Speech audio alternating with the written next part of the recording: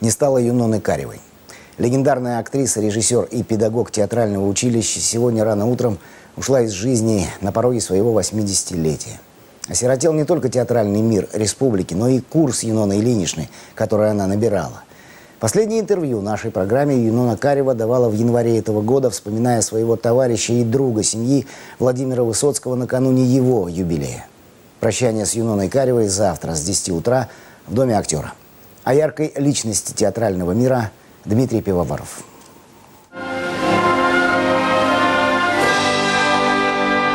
Счастливые годы Качаловского театра связаны с плеядой имен, составляющих гордость русского театра в 60-е и 70-е годы прошлого столетия. Такого ансамбля больше не было. На Кареву бегали по несколько раз. А знаменитый тандем Карева-Кешнер стал уже понятием нарицательным. Я прожила очень длинную жизнь. Я в своей жизни не встречала.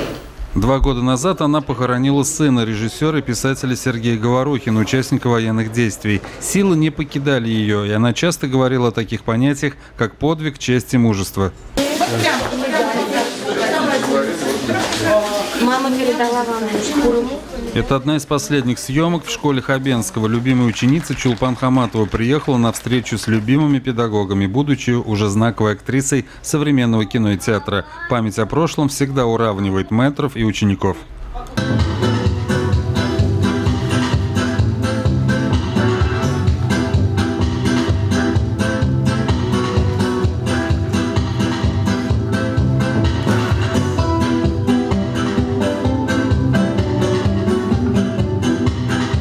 Владимир Высоцкий бывал в квартире Каревой, он даже режиссировал сцену с Юноной Каревой в фильме «Место встречи изменить нельзя», когда Станиславу Говорухину пришлось срочно отлучиться во время съемок. Он был совершенно не похож на себя, если не было вот этого вот. Он понимал, что я первый раз, и он первый раз. Мы очень волновались. Он был первый раз как режиссер.